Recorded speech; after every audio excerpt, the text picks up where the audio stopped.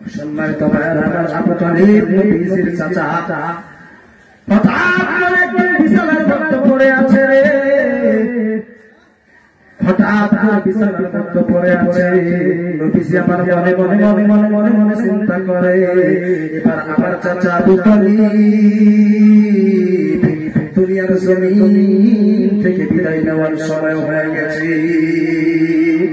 এবার আমার নবী, আপনার নবী, দয়াল নবী, মায়ার নবী, দুজাহানের হাবিব বাদশা নবী আখির নবী মুহাম্মদ সাল্লাল্লাহু আলাইহি ওয়াসাল্লাম চাচার সম্মুখে চলে গেছে।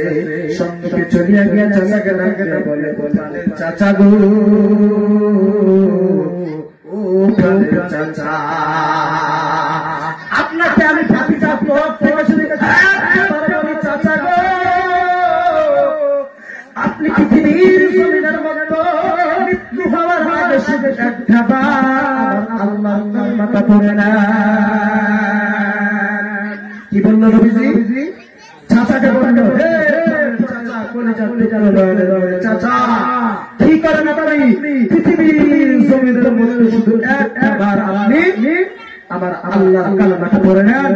কঠিন কিয়ামতের ময়দানে আমি ভাতিজা আল্লাহকে সুপারিশ করে সামনে জানিয়ে যাব গো, ও প্রাণের ভাতিজা, ও কলিজার টুকরানের বলে চাচা,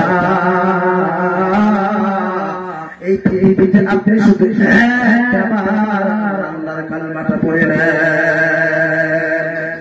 এই কথাগুলো চাচা